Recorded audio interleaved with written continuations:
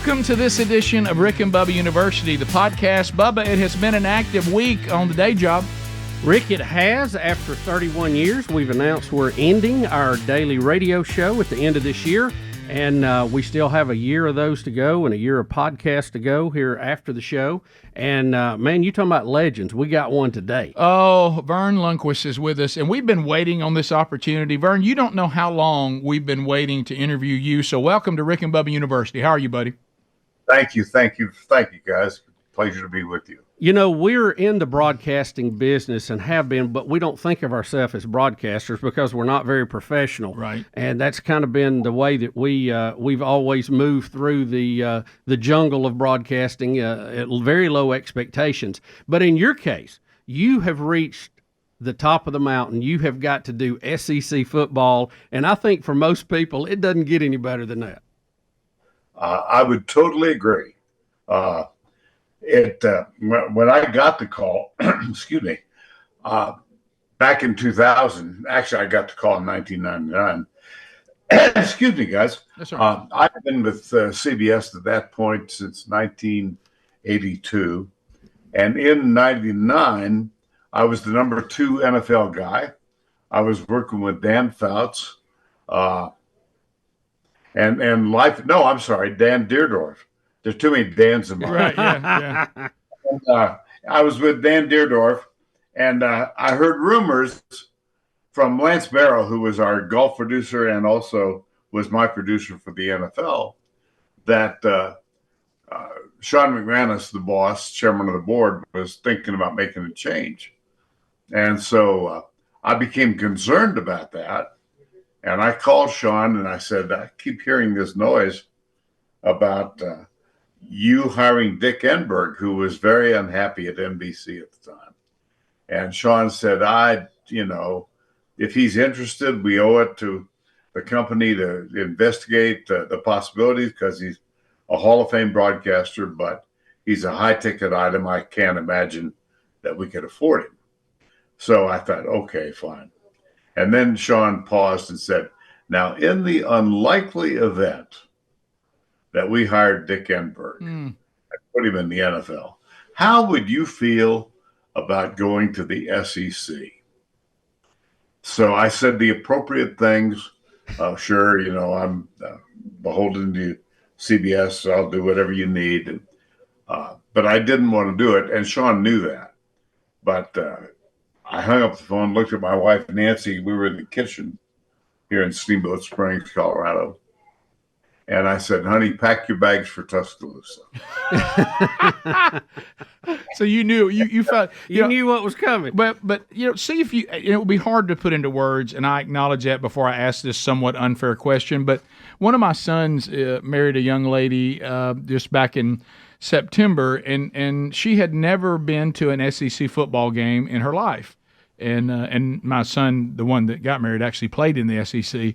And he told me, he said, I'm taking her to her first ever SEC football game. And it was a biggie, Auburn, Alabama, Iron Bowl. Hello. And so she tried to put into words what it was like. She said, I had no way to prepare myself. I honestly can't believe what I experienced. You've been to big game after big game after big game after big game. What is it that makes that league and that fan base so unique? Well, it means so much. That's the slogan now that the SEC use. It just means more. But I think until you've experienced it, you don't realize the impact that game has on the lives of people who live in the South or grew up in the South.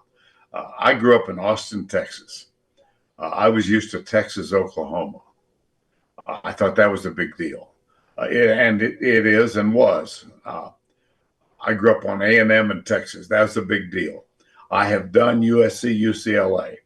I've done Ohio State, Michigan. But I promise you, there's nothing compared to the Iron Bowl. Some silly guy tried to poison the oak tree at Auburn because I think he told Paul Feinbaum, my heart was just so full of Alabama. Too much Bama Too much Bama in me. Yeah, that's right. But the old legend is that if you're born in Alabama, you declare at birth, one or the other. Yeah, you do. You're either a Roll Tide or you're a War Eagle. When I was doing the games, I retired from college football in 2016. But I'd get on planes in the South, and some guy would come by and he'd say, "Roll Tide." And I couldn't respond to that. Right. And then some guy would come by and he'd say, "War Eagle." Well, I shut up again because you're going to offend somebody. And I learned quickly that. But it's not just the Iron Bowl. It's not just Alabama Auburn. I mean, Georgia has a passionate fan base, very passionate. Mississippi State, Ole Miss, Florida, they all care.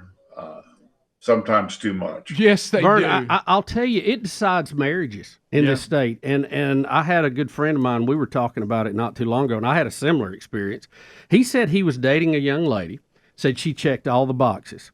Her family were believers, and it was a good family unit, and they got along. Everything was perfect, but they were Alabama fans, and he was an Auburn fan. And he said that one day a year was such a difficult day for them. He ended up breaking up with her and saying, I can't do it. I can't cross over and marry an Alabama person. And that was the reason that he did not marry that girl. Good. And that's real. And you hear that time and time again. Yeah, I know. I just, but until I had experienced it, I couldn't imagine what kind of loyalty these folks have. As I said, Texas fans are passionate. OU fans are passionate.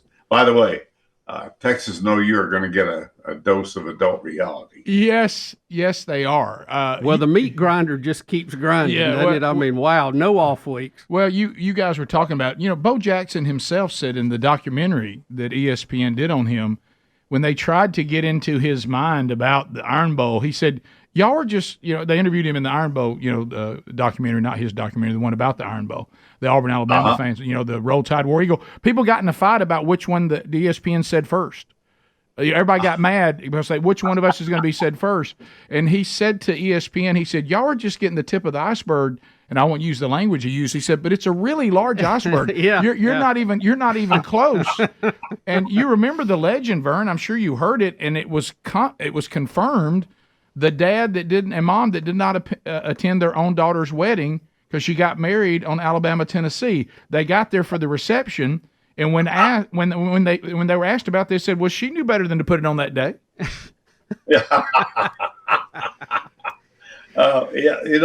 Those anecdotes are wonderful, and they're true. Sadly. I know you got to know a lot of the SEC coaches, dealing with them behind the scene. Talk about some of those personalities, and obviously Nick Saban is the GOAT, and he's proven that. But and you may want to comment on him. But what about some of the other personalities over the years? Well, I know Kirby Smart quite well as well, and Nick and I really went outside the boundaries of proper journalism with Nick. Because I did so many Alabama games, and he and I became friends. And I back up in the hallway. I've got a picture that Nick arranged. My last game in Tuscaloosa, and he had it set up, and I didn't know about it. But it's the two of us, and I treasure that. But Kirby is a great guy. I loved Les Miles. Now, he was cut from a different cloth. I'm smiling because I'm remembering when he was at LSU, and I was working with Tracy Wilson. She was our sideline gal. And we went to commercial, and she asked Craig Silver, our producer, do you have a steady camera on Les? And if so, and well, we always do. You always have one camera designated to each coach. And she said, go back to the last sequence of plays before we went to commercial. And Tracy is the one who found Les Miles eating grass. Yes. Yeah, That could be at the top of her resume. And the Get fact Nancy Romo. and the fact he could do it on an artificial turf field, I thought that was impressive. But I so loved. We go into those meetings on Friday with Les, and he was an entertaining guy. I can't go into the specifics, but we asked him once about recruiting Cam Newton and why Cam Newton wound up at Auburn. And Les went into a tirade about the way recruiting works in the South. And it had to do with collection plates and how many $100 bills you put into the collection plate. Of course, now that's perfectly legal. But you're right. You're right now. Holy cow. We all should have grown up in NIL for broadcasters. Right? I'm telling you. All right, we come back. More questions. I'm going to ask you a question we've talked about on the show. I don't think it'll surprise you. And we'll get into some of the memories of your stellar career when our visit with Verne Lundquist continues on Rick and Bubba University, the podcast. This is the Rick and Bubba Show. Watch more at blazetv.com/Rick and Bubba. Rick and Bubba, Rick and Bubba. Verne Lundquist is with us. It's been long anticipated. So we talked about the SEC, and of course that's not all you were part of, and we talked about that, but we'll get into other things. But we dealt with this on the show. Our show is syndicated, but it's based out of Alabama. And some of the guys on the team even started doing a sports show. They even took this on one day and played back clips from you doing the game, and this thing that Alabama fans think you don't like Alabama. And God, yeah. Where did that come from? I have no idea. But if you talk to Auburn fans, they think I hate Auburn. Okay. I blame Paul Feinbaum. Don't we all? Yeah, well, he's easy to blame for a lot of stuff. I got to share a quick anecdote from Feinbaum. Gary Danielson, my former partner, can be abrupt at times, to be mild. And Feinbaum, of course, graduated from Tennessee, and Terry was doing an interview with the Knoxville Sentinel Journey, and he was asked about doing games in Knoxville, and was it special? And he said, "Oh, not really. It's just like any other football stadium in the country." And Feinbaum went off on Gary and said, "Well, we'll see now next year how magic the environment is when he's doing games at Indiana University."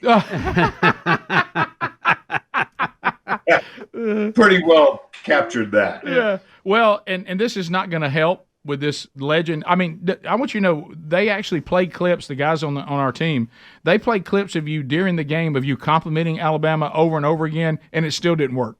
They were trying to show that this was delusional. But I hate to bring up on the list of some of the incredible moments, and this is not going to help this. But you're retired now, so who cares? They can't get you now. And that is the kick six.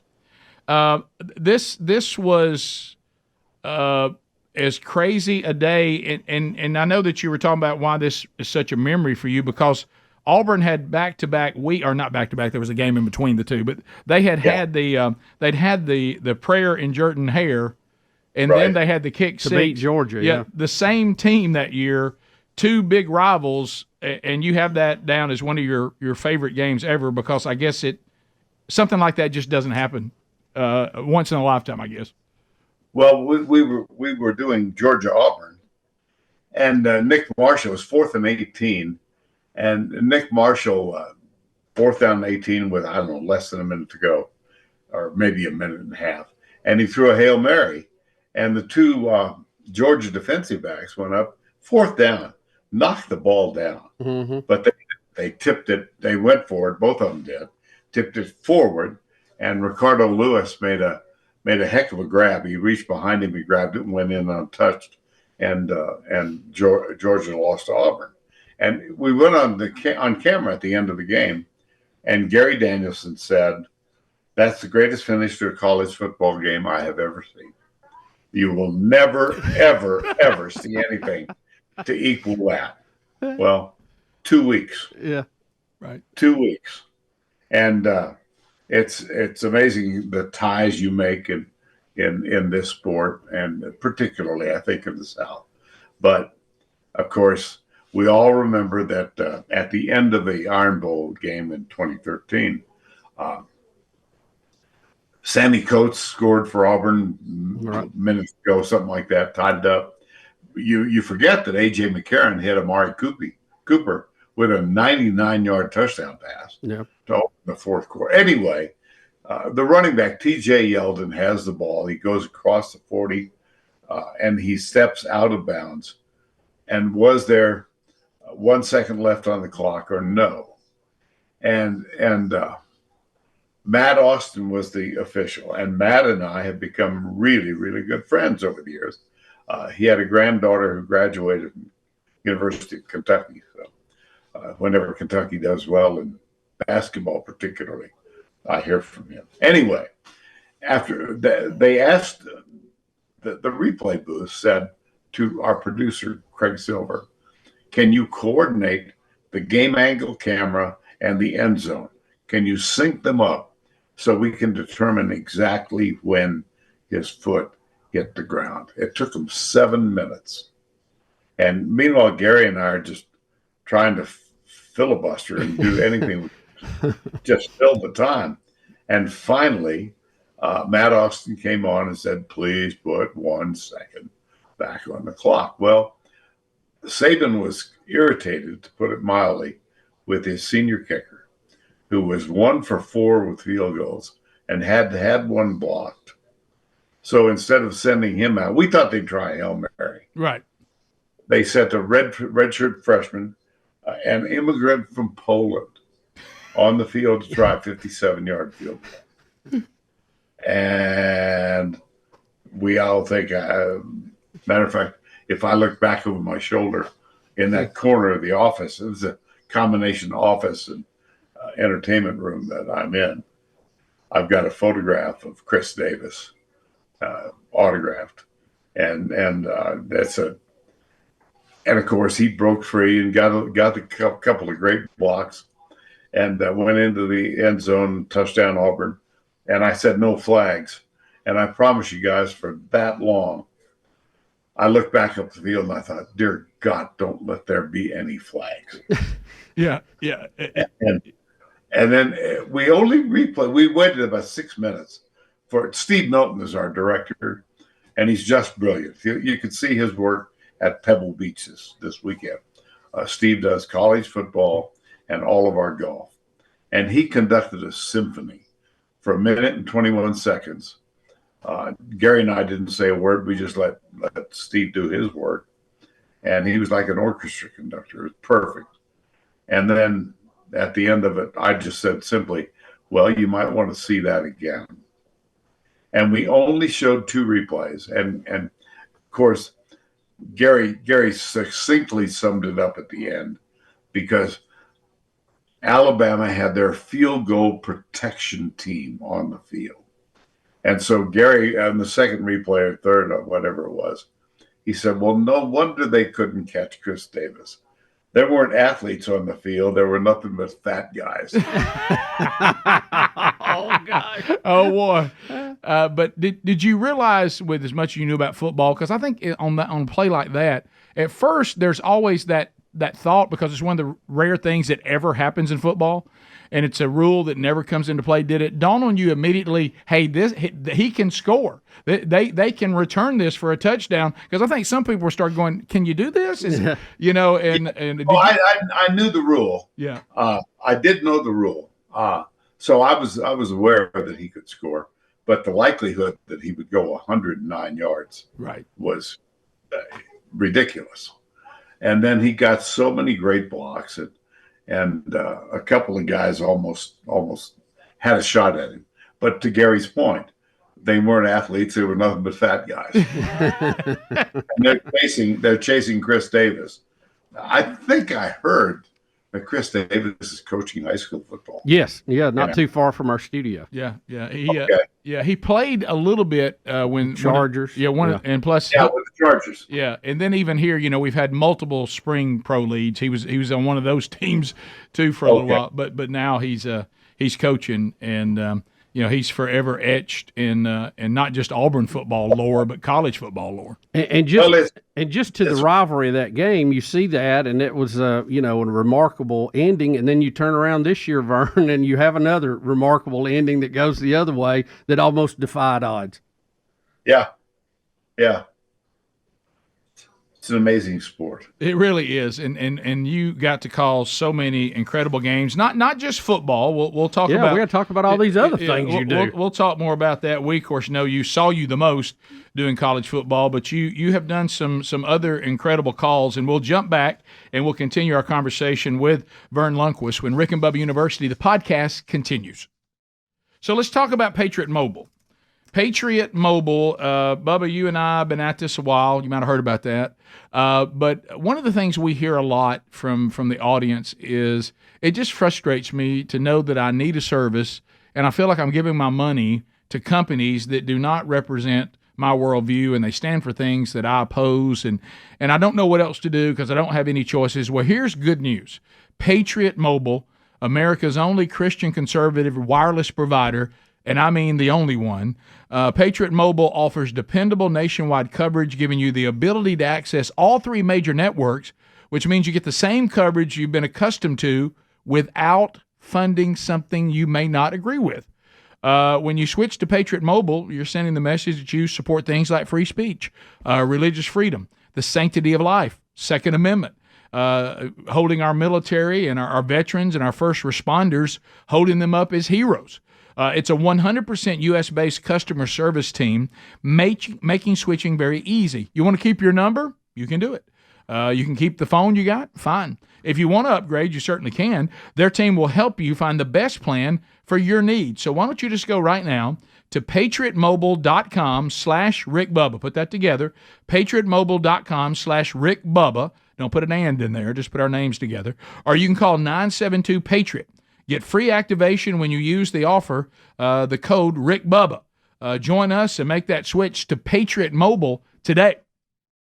Verne Lundquist is our guest on Rick and Bubba University, the podcast. We talked a lot of college football, but Bubba, that's not all that Verne is known for. I mean, legendary calls, multiple sports. We've talked football. Let's talk a little bit about basketball. You made one of the most legendary calls when Duke defeated Kentucky. Yeah, I kind of remember that game too. March 28, 1992, the Spectrum in Philadelphia, and Bill Raftery and I. Bill might be. Oh, sorry about that. That's guy. all right. Just say hello. Vern's getting the call. Yeah, he's in demand. It's probably it's favorite. This is Christy Fairfax. She and her husband Steve are coming for dinner tonight. Oh, good. So everybody in the South knows that. Yeah. For a minute, I thought it was Paul Feinbaum, so that's good. And we used to work with Paul too, so we're very familiar with him. Yeah. Okay, Gary, I'm going back to. Apparently, I had a bad game at Alabama, which happened periodically, and I misidentified a couple of guys. And boy, the callers were going nuts on Feinbaum's show. And he was still based in Birmingham then, I think. And Gary called me and he said, "You better be heads up because you're getting crucified." I said, "Okay, duly warned. I'll put the arm." So 92, we got Kentucky and Duke. You were fortunate enough to be in the Spectrum and call that game. Yeah. Well, to go backward. Raft's probably the best friend I've got of all the partners I've had over the years. Billy and I are in touch at least once a year. So we worked back-to-back games in 1982, the second of which was Marquette at South Carolina, featuring this junior All-American guard named Doc Rivers. Oh, yeah. Yeah. And Doc and I, well, I went to TNT. I'm digressing here, but Doc and I are still very close friends. I went to TNT when we lost the NFL in '94, and I was there for 3 years, primarily basketball.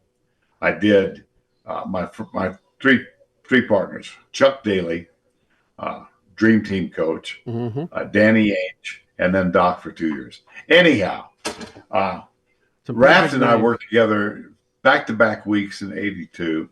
We got calls from New York, and they said, "You guys are really sounding good together. We can't wait to hear you again." 17 years later. 17 years. Wow. So that's why when '92 came about, Jim Nance was working with Billy Packard. They were in Lexington. Oh, yeah. And I worked with Lenny Elmore. And we had this, you always hope, you go to a game and you hope something memorable breaks out. And in my case, I've had great fortune. Memorable things have broken out. And then the challenge is to be verbally adept enough to complement what happened on the field or the court and add to the people's understanding of it. And in that case, Lenny and I did the game, and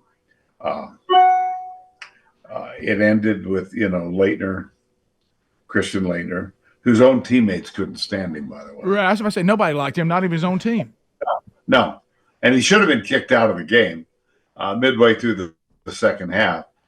He got into a wrestling match with a tall Kentucky sub named Aminu Timberlake.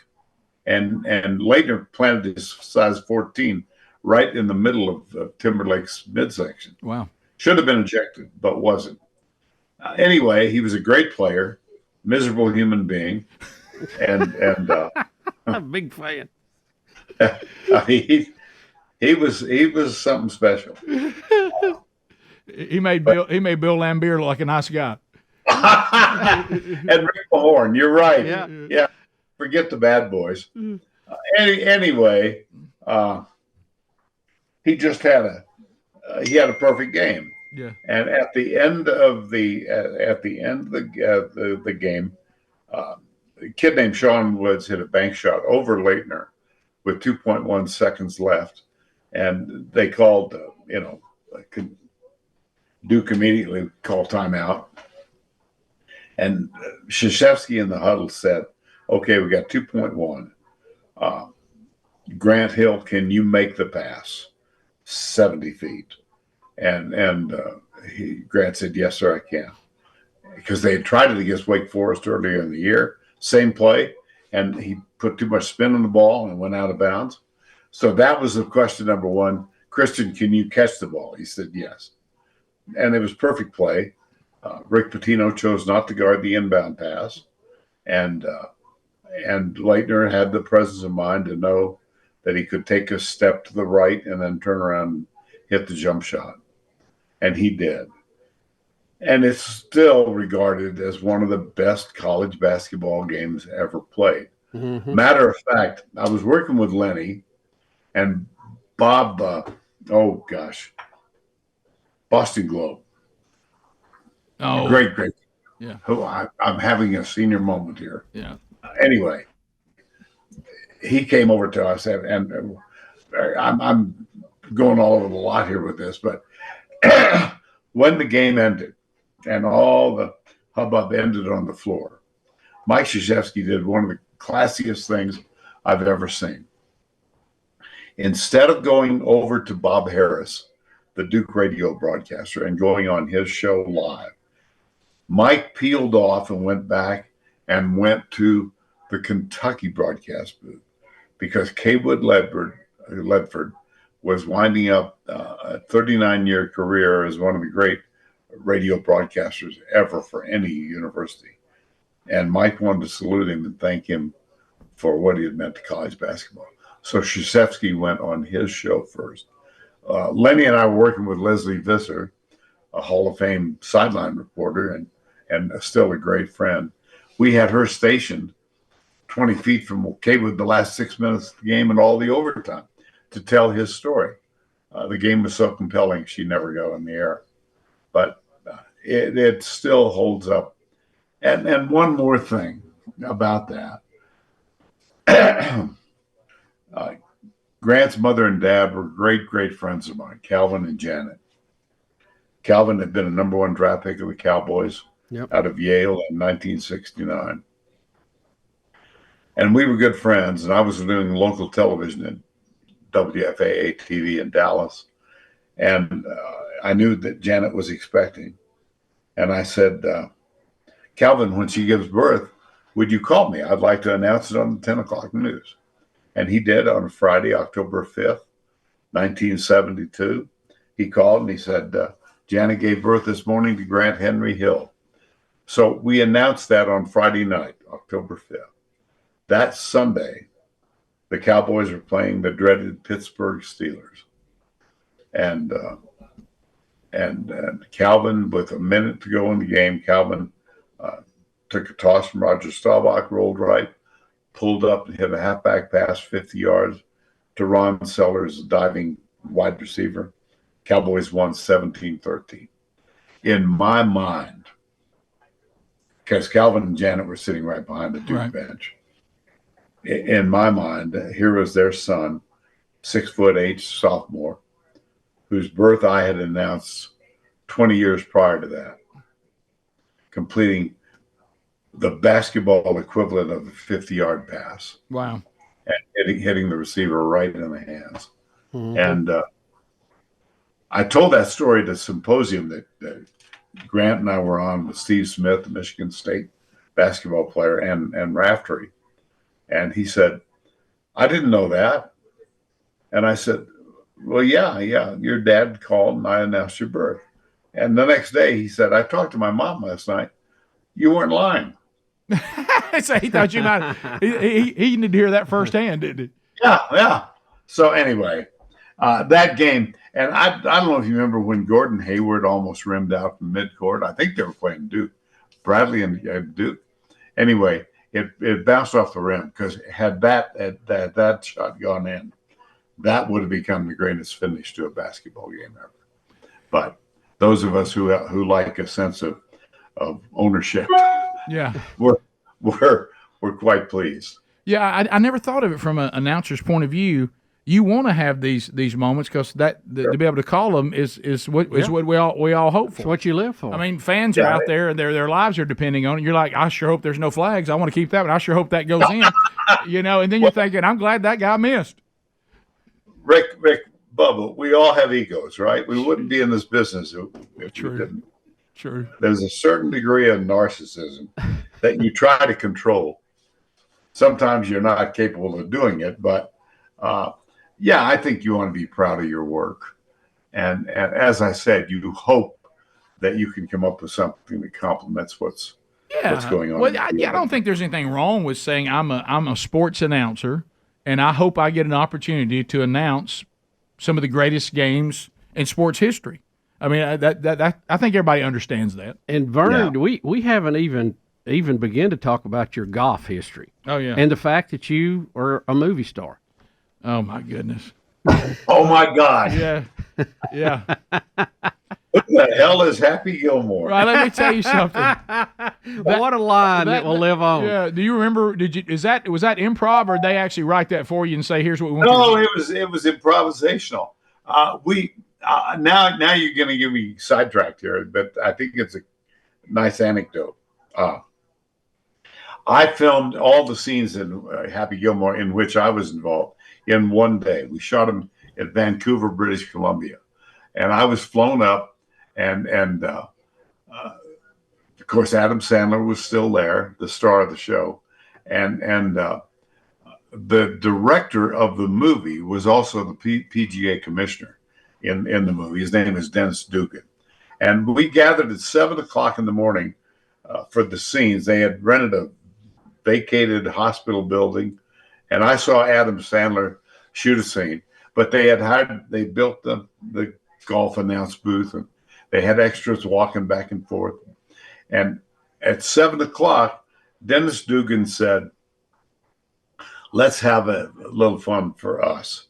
Let's do a sight gag. Nobody will know this." Right. And he looked at this handsome guy named Jack Jaraputo, and he said, "Jack, I want you to go to makeup, get made up and wardrobe, and I want you to sit next to Verne in every scene, but you cannot say a word because you are not a member of the Screen Actors Guild." Funny. So this handsome guy sits next to me and nods.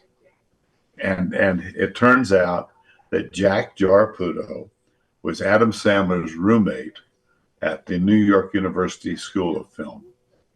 And you had no idea. Do what? You had no idea. Oh, no. Yeah. No, I didn't know who he was. Matter of fact, I'm looking back here. I've got a picture with Jack and the caddy and Adam Sandler and all of them. But that movie, it came and went in theaters and didn't make a dent. But then it got on cable television, and USA still plays it once a day. I get residuals. When that check comes in, you look down and go, you know what? That line's still paying to this day. Yeah. Every quarter. Mine is about $7.38. But it's so good to see it coming in, isn't it? Yeah, we'll come back.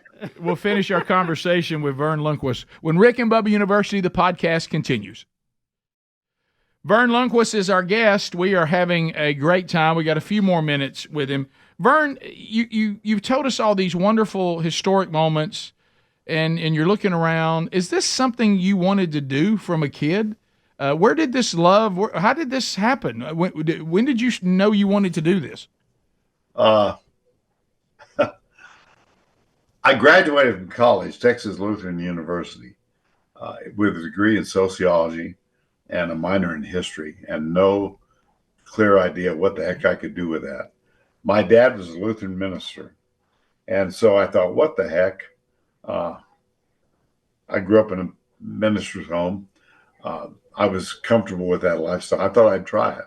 So I actually enrolled in the Lutheran School of Theology, and I have 18 hours of credit still.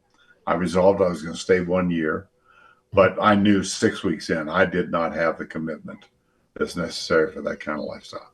And I had landed a summer. Well, it turned into a late night music show on WOC in Davenport, Iowa. And I played music from 9 to midnight every Monday through Friday, and then got up and worked on the kitchen crew in the morning. Anyway, I knew that I wasn't destined for that life, and I applied for a job in my hometown in Austin. And long story cut really short, I was given a weekend sportscaster's job. That led to a full-time job. I was in Austin for 3 years, hometown. Thought I got to get out of here. It's too comfortable. Went to San Antonio for a year, wound up in Dallas. And that was really the linchpin for everything. Getting to Dallas, it was a top 10 market at the time, and landed a job with the Cowboys. And that led to ABC initially, and then ultimately CBS. But like anybody else's career, it's one of these. It's a roller coaster. And in 1982, I was called ABC Chuck Howard and got the proverbial, we're moving in a different direction. And so Nancy and I just got married. I thought my chance at working for a network is over. And I had a chance to go to CBS minimally. My initial contract with CBS was 6 football and 2 basketball. And then I got a call. It went very well. Got a call from Frank Chirkinian, the executive producer of golf, and he said, I like your work. You ever done golf? And I said, yes, I have. He said, good. You're going to start with us. And that really was the key to everything that happened at CBS. That those initial 6 tournaments, including Pebble Beach, as a matter of fact, and Augusta, that the initial assignment turned to 17 golf tournaments that first year. And I became a regular on the golf tour and was for 12, 15 years. And I'm going to wind it all up in April, doing the Masters for the 40th time. Wow, 40. That is incredible. Yeah. So that will be your last then? Yeah, it hasn't been publicly stated. Now it has. Now it has. You heard it here we first. Go. We breaking news. It's Sean McManus is my boss. And a couple of years ago, he was the one who, in 2016, thought, let's make a nice transition out of football. And my last game was Army-Navy in Baltimore, as a matter of fact. And in 2017, he said, what do you think? So that was my last year doing college basketball. And then, thank heaven, he said, we need you on golf still. Not full-time, but initially I was doing PGA and the Masters. And then 2 years ago, he said, we're thinking about 2024. And I thought, I'm 83. The last thing in the world I want to do is make a mistake on the air. Last thing in the world I want to do. So it's, once you see 80 in your rearview mirror, you begin short-term memory issues. Honest to God. Sure. Oh, we understand that. So I thought that makes sense to me. So yeah, Augusta will be in April will be the last one. Well, you heard it here. So Saban is retired. Mm-hmm. Vern's going to retire. We're shutting down the Rick and Bubba show. What's happening? I mean, can people take all this? The field is wide open, guys. So we've got about 4 minutes. Vern, of all the sports, and this may be an unfair question, I'm sure you've gotten this one. When you're a play-by-play guy, which is, wow, that you got to be ready to go, and there's a lot going on. Which sport is the most difficult to do as a play-by-play guy? Basketball? No, golf, really. Really? Basketball can be. And I'll tell you why golf, because you better know the lingo, you better know the jargon, you better know the rules, and you can slip up. Boy, can you slip up. And it happened to a guy who's still a close friend of mine, and I'm not going to mention his name, but he had the clout back in the 80s to work at Augusta once, and he did the 14th hole, and Seve Ballesteros was leading the tournament on a Sunday afternoon, 4-shot lead, and 14's a dog leg to the left, slight dog leg. And Seve hits a big drive. He's got 105 yards left with a pitching wedge in his hand, and there's a commotion, and we had a nice tight shot on him, like this, handheld camera guy. And there's a commotion behind two of the trees, and Seve looked up and said, 4, please. And our poor, unfortunate announcer said, well, he's changed his mind. He's asking for his 4-iron. Mm. That ball would have been rising as it went over Washington Boulevard.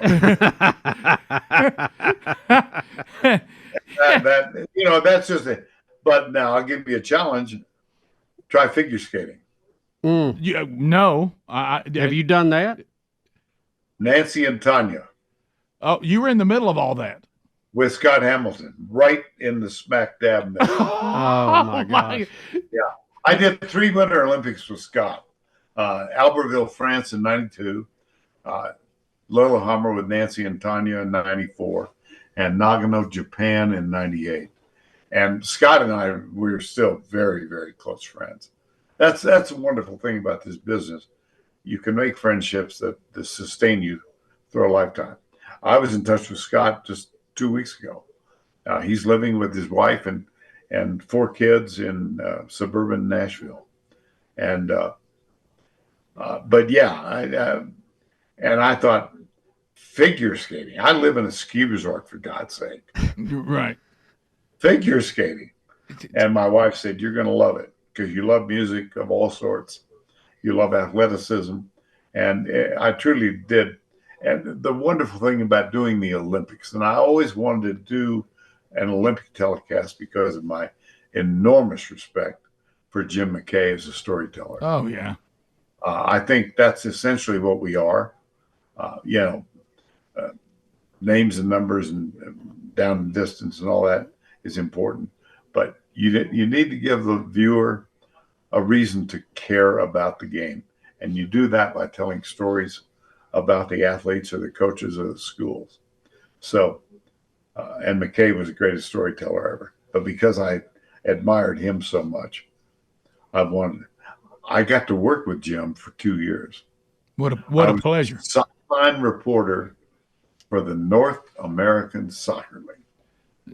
Vern, I mean, And Jim was the famous one that gave the line, the victory, let's see, what was it? The thrill of victory, the agony of defeat. He called that, didn't he? Yeah. No, that was McKay. He wrote that down on the back of a napkin. wow. Well, Vern, and he was extraordinary. Now, do you know? Maybe you don't. Jim McKay's real name is Jim McManus. okay, and did his not know son that. Vern's just is spewing out all kinds of stuff right now. He's just throwing out all kinds of stuff right now. I mean, he's announced he's done it with the Masters. He's throwing out Jim McKay's real name. Vern, we have not. We've not got down the list of things we want to talk about halfway. Can we get you back again and do another edition? Yeah, we're out of time on this, but I'd love to have you come back again. Sure, we can do that. We'll get that booked in the very near future. Well, Vern, thank you for taking time to be with us today. It meant the world to us. You're a legend, and thank you for sharing time with us. And thanks for all the great calls you've given us and that we will always have. And thanks for being with us on this edition of Rick and Bubba University, the podcast.